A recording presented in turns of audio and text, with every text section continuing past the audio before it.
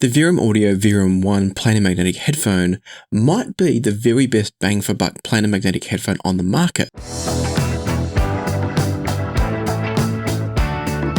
I know that's a big claim, but in my mind it's better than headphones like the HiFiMan Sundara, and so at the price you're paying for this one, it's been an absolute gem. And so now that we've got the Verum Audio Verum 2 on the market, it's got some really big shoes to fill, and I have to tell you that it doesn't really fill those shoes.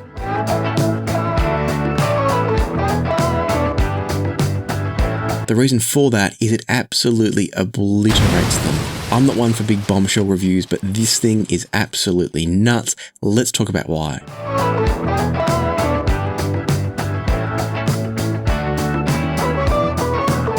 To quickly introduce the Verum 2, this is a $399 headphone. By the way, the model that I've got here is not quite production, but pretty close to it. So you may find some very slight changes aesthetically and in some of the design from this version to the one that actually ends up shipping, but it should be pretty close. The Verum 2s are again a planar magnetic headphone. They've once again got a very low impedance at just 12 ohms and a sensitivity of about 94 decibels per milliwatt. So they're a little bit difficult to drive. They're not massively difficult to drive. A sensitivity of 94 decibels per milliwatt means you're not going to have any problems even if you want to drive this from a dongle. For super loud volumes where you've got current limitations such as from a dongle device, you might start to struggle with EQ or very loud listening, but generally speaking, you'll have no problems with these. Normally, I like to jump straight into sound quality on these sorts of reviews, but because we're coming from the Verum 1 and updating to the Verum 2, I just want to really quickly cover off a couple of the changes, and that's mostly because I think they're all fantastic. In the old original Verum 1, the adjustment system on the headband was a bit clumsy.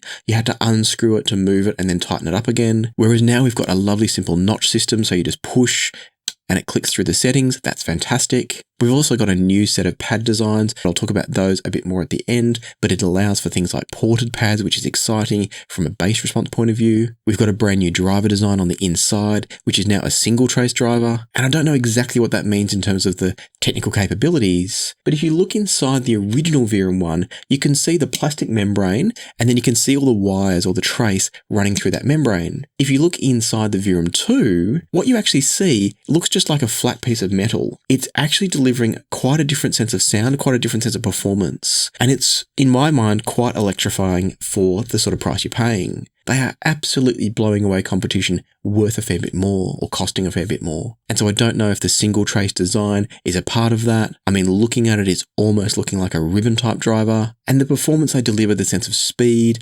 transparency and refinement is nothing short of wonderful. So maybe that's something to do with it. I'm not sure. The final couple of things that have changed is that obviously the cup shape and materials have changed a little bit. But then if we look on top, we've also got a slightly different system for the headband. It's still this rotating system there that gives you some adjustment in that plane, but it's also now got a headband that's using a slight wing system. It's a little bit like what Meza Audio do with their headbands, where they bend it in at the sides, and that's intended to spread the load across the head and make these more comfortable. And indeed, I've listened to these for very long stretches and had no discomfort whatsoever. So comfort-wise, these are great. I never had any major issues with the original, but these are even better, I think. And so with all that said, let's dive in now and talk about sound quality. And before we start talking about sound quality, it's worth knowing that you can actually buy these with either a single set of pads or with two sets of pads.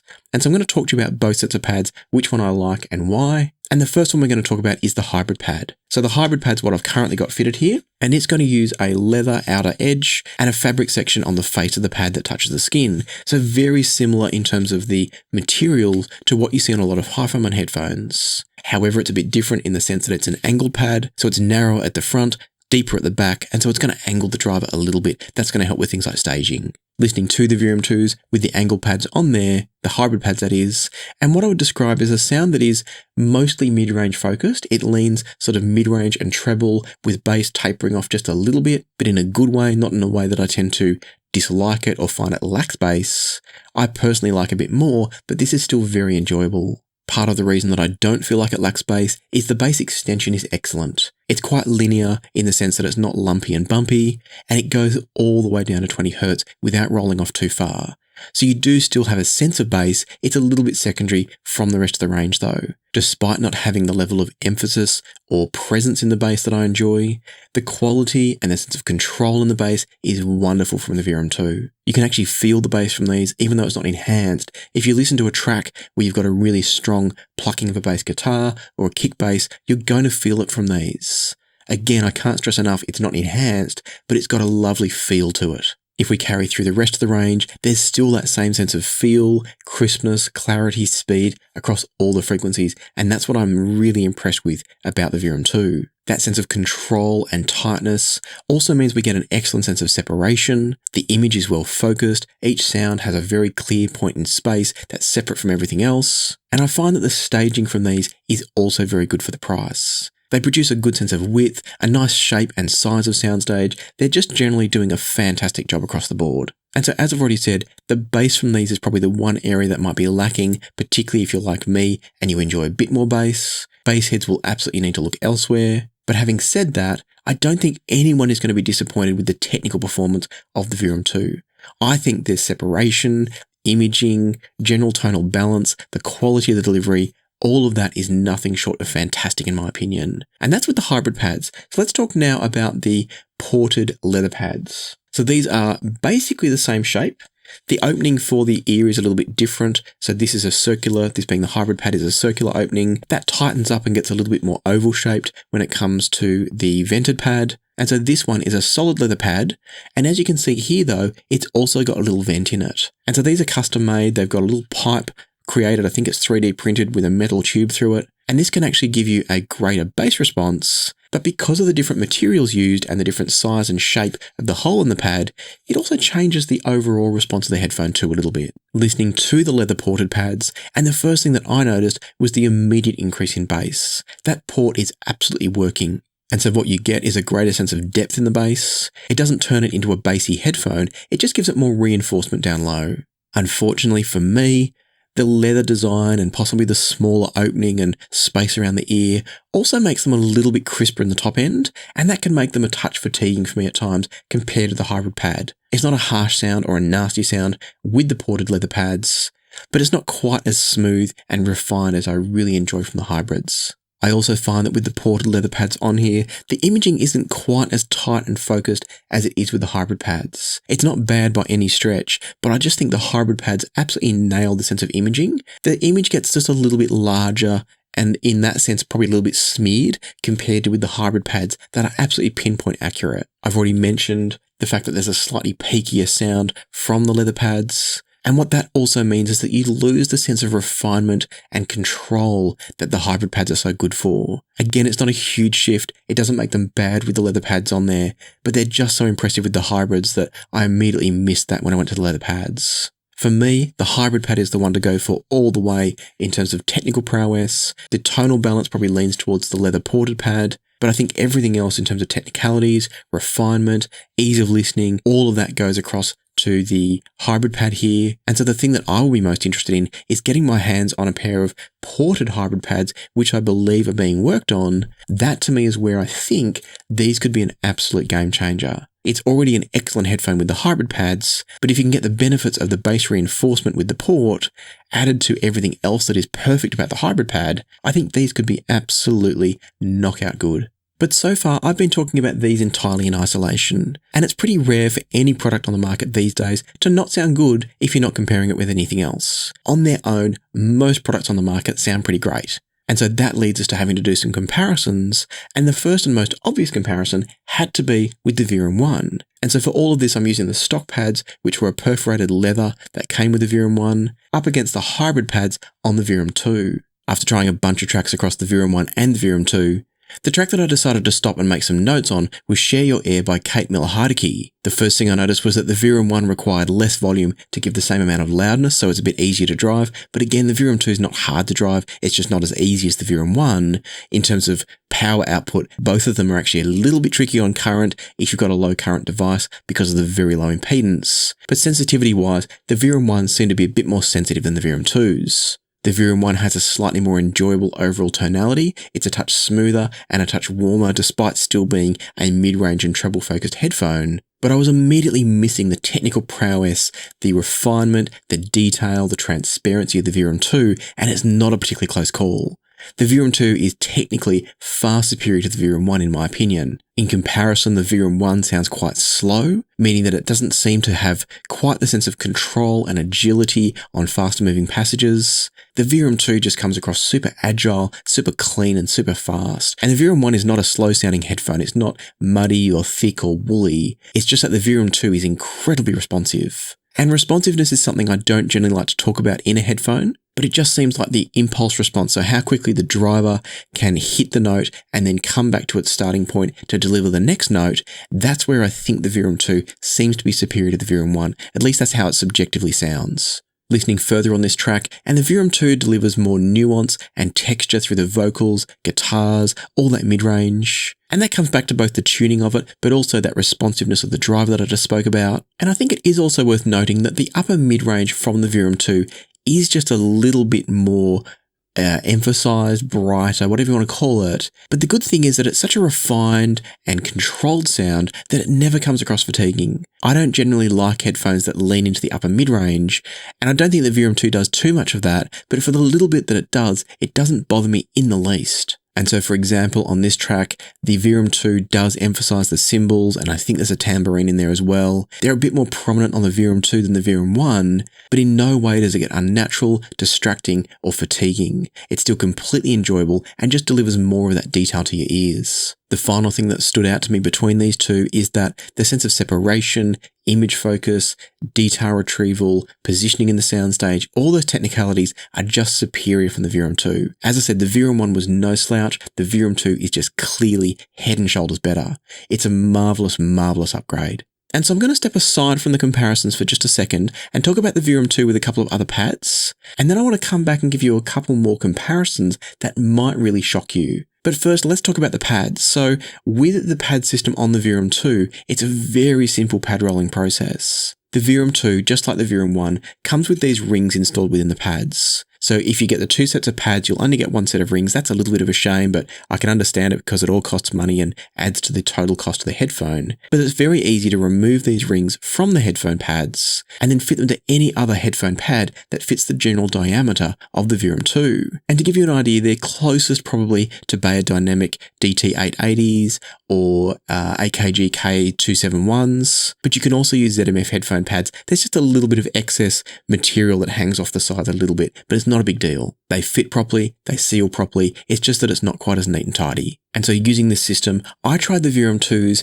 with the AKG K271 pads from Yaxi, and they were okay, but I wouldn't say there was any benefit over the stock pads. I also tried the ZMF Auto leather pads, which were quite similar in many ways to the hybrid pad, but just brought a little bit more energy in the 3 kHz range for those that might want that. The ZMF Auto hybrid pad, so the previous one was the solid leather, now I'm talking about the hybrid pads that have got the micro suede face against the skin, and with the hybrid pads on there, it was a little bit more like the Verum 1 sound. The sense of smoothness came back a little bit. So the ZMF Auto hybrids tame a little bit of the treble lumpiness, not that there's a lot of it, but what there is, they tame on the Verum 2, and that made for a slightly smoother overall sound. Ultimately, I did come back to the stock hybrid pads on the Verum 2, but the ZMF Auto hybrids are excellent as well. And then finally, one other pad that I tried, just to try out a range, was the ZMF BE2 leather perforated pad. And these just had too much bass roll-off for me. So my sense in trying these out is that you want to stick with a solid pad on the Verum 2 unless you specifically want bass roll-off. And then from there, you can actually tweak it a little bit by having pure leather or a hybrid design. The size and shape of the pads are going to change things as well. And so if I get a chance, I might do some more pad rolling in future. But at the same time, if you've tried the Verum 2s with some different pads, let us know in the comments which ones you like the most. For me, I'm sticking with the hybrid pads, the stock hybrid pads from Verum, but what I would love the most is a ported version of that hybrid pad. I think that would absolutely be phenomenal, and hopefully I'll be able to get a set of those in the future. And so with that little bit of pad rolling out of the way, let me really shock you now with some other comparisons. As I thought about just how good the Verum 2s were and how much they impressed me, I also started thinking about other headphones that they might be comparable to. And the first headphone I reached for was the Sennheiser HD660S2. Now the reason I reached for this is that depending on whether it's on sale or not, it can come down closer in price to the Verum 2 if you're buying the Verum 2 with the 2 sets of pads. At that point, you're spending $499 on the Verum 2, and so on special, the 660S2s have reached that point. And so I put these two up against one another, again across a bunch of tracks, but made some notes on One Thing by Alicia Keys. Kicking off with the Verum 2, and this was with the hybrid pads. The first thing I noticed was that the bass guitar had a wonderful tone and a wonderful feel to it again. That sense of energy and impact around each pluck of the bass guitar string was fantastic. Alicia Keys' vocal is beautifully clean and well focused, and the tonal balance was generally excellent, even though I am somebody that does like a bit more bass. And so then moving over to the HD660S2, what I heard now was a sound that is richer and warmer across the board. The vocals are wonderful still, or wonderful again, they're different but also excellent. And something that really stood out to me was that the bass from the 660S2, whilst it was more present, it didn't have the sense of tightness and control that I really enjoy from the Verum 2. The bass sounded slower, it sounded a bit flabbier, not flabby, but flabbier, compared to the super tight and super speedy Verum 2. The 660S2 also delivers a staging presentation that's a bit more intimate, and so I do like the sense of space that you get from the Verum 2. And I think overall, as I thought more and more about this, the Verum 2 I think goes absolutely toe-to-toe with the 660S2 from a technical standpoint, and in fact I think it's probably slightly better on the technicalities than the 660S2. I think the 660S2 has a slightly smoother, richer tonality, probably a more balanced tonality. It's definitely going to be an easier listen across a wide range of tracks and source chains. But for those that have heard a 660S2 and want a slightly more revealing, crisper, maybe more transparent sound, I think the Verum Audio Verum 2 offers a very compelling alternative that's going to be cheaper than the 660S2 at its full retail price. And so again, I'm really impressed with the price to performance ratio from the Verum 2. So much so that I decided to do a bit of a crazy comparison and reach for the HiFiMan Ananda Nano. When I reviewed the Ananda Nano, I was blown away by what it offered at the price. And so going into this was a bit of a silly comparison to see just how close the Verum 2 could get. And yet, listening to Still Crazy After All These Years by Ray Charles, and the Verum 2 went absolutely head-to-head with the Ananda Nano. Ray Charles' voice is present and focused. It's really crisp and clean from the Verum 2. And the instruments are also wonderfully separated, articulate, again very clean. And that's probably the biggest summary of the Verum 2's sound. It's always clean, it's always in control, it's always technically on top of everything. As I went over to the Nanos, I found their general presentation actually surprisingly similar. The tonality is different, but the technicalities are actually really, really close between these. Where things differ though, as I said, is that the Nano tonality, it's got a bit more bass, a bit more emphasis and reinforcement down low, and also it's bitier up top. It's more of a V-shaped sound compared to what you get from the Verum 2. I like the extra bass that the Nano delivers, but I don't enjoy the extra bite in the treble. It goes too far for me.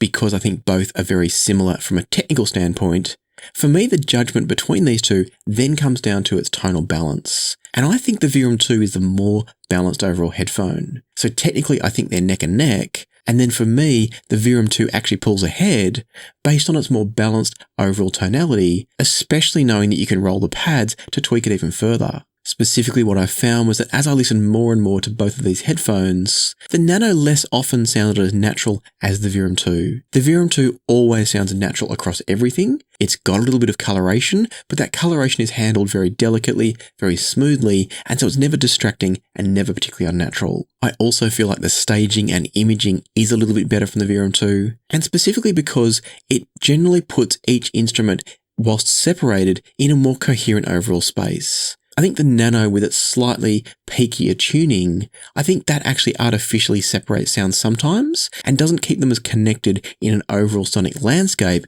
in the way the Verum 2 does. And so I am absolutely shocked to say that I think the Verum 2 is a better headphone than the HiFiMan Ananda Nano.